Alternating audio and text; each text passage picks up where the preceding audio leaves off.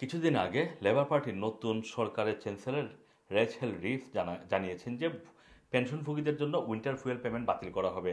তার এই ঘোষণা দেওয়ার পর থেকে ৮ সপ্তাহে পেনশন ক্রেডিটের জন্য আবেদন প্রায় ৭৫,০০০-এ গিয়ে পৌঁছেছে।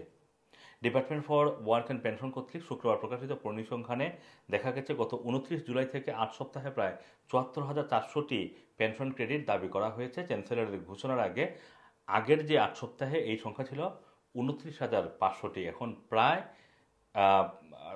৪৫,০০০-এর মতো আবেদন বেড়ে গিয়েছে। শুধুমাত্র ১৬ সেপ্টেম্বরের পরবর্তী ৭ দিনে ১১,৮০০টি পেনশন ক্রেডিট আবেদন করা হয়েছে। তার আগের সপ্তাহে এই সংখ্যা ছিল ১৩,৪০০টি। জুলাই মাসে লেবার পার্টির এক ঘোষণায় জানায় যে স্টেট পেনশন পাওয়া বয়স্ক ব্যক্তিরা শীতকালে তাদের জ্বালানি বিলের জন্য যে ৩০০ পাউন্ড পেত সেটা আর দেওয়া হবে না। আগের কনজারভেটিভ পার্টি দেশের অর্থনীতিতে ২২ বিলিয়ন পাউন্ডের যেই ব্ল্যাক হোল রেখে গেছে সেটা ঠিক করতে এই সিদ্ধান্ত নেওয়া হয়েছে। মন্ত্রীরা যোগ্য পেনশনভোগীদের মধ্যে পেনশন ক্রেডিট নেওয়ার জন্য ব্যাপক প্রচেষ্টা শুরু করেছেন। এদিকে work and pension secretary Liz Kendall বলেছেন যে প্রতি বছর হাজার হাজার মানুষ গড়ে ৩,৯০০ পাউন্ড পেমেন্ট থেকে বঞ্চিত হচ্ছে।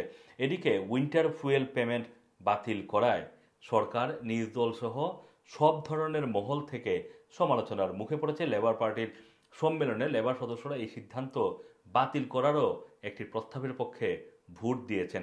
ফুয়েল পেমেন্ট বাতিলের সিদ্ধান্তের সমালোচকরা বলছেন লেবার সরকার পেনশনভোগীদের জন্য উইন্টার ফুয়েল বিল কমাতে কিভাবে কাজ করবে সেটা স্পষ্ট নয়, ফলে হাজার হাজার পেনশনভোগীকে সমস্যার মুখে পড়তে হবে। এটি একটি ভুল সিদ্ধান্ত এবং এই সিদ্ধান্ত প্রত্যাহার করা দরকার। এদিকে সমালোচনার প্রেক্ষিতে মিসেস ক্যান্ডাল জানান গত ১৪ বছরে টরি সরকারের চেয়ে গত ২ মাসে লেবার সরকার দরিদ্র পেনশনভোগীদের জন্য অনেক বেশি কাজ করছে।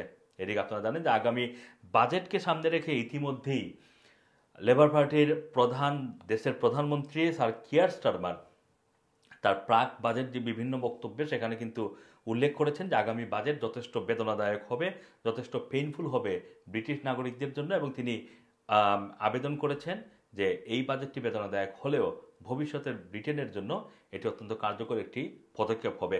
আগামী বাজেটে সাধারণ মানুষের ট্যাক্সের হার সেটা বৃদ্ধি করা হতে পারে। সুতরাং এতে অনেক মানুষের যে দৈনন্দিন জীবনের যেই চলের জন্য যেই খরচ সেই খরচটা বেড়ে যেতে পারে, কারণ ট্যাক্স বাড়লে সেটা তার বেতনের উপরে, তার ইনকামের উপরে যথেষ্ট আঘাত হানবে। এর পাশাপাশি বর্তমানে কস্ট অফ লিভিং যেই অবস্থায় রয়েছে, বিশেষ করে মুদ্রাস্ফীতি, মূল্যস্ফীতি, সেটা নিয়ন্ত্রণে না আনতে পারলে সরকার সাধারণ মানুষের উপরে কিন্তু এর প্রভাব দীর্ঘস্থায়ীভাবেই পড়বে।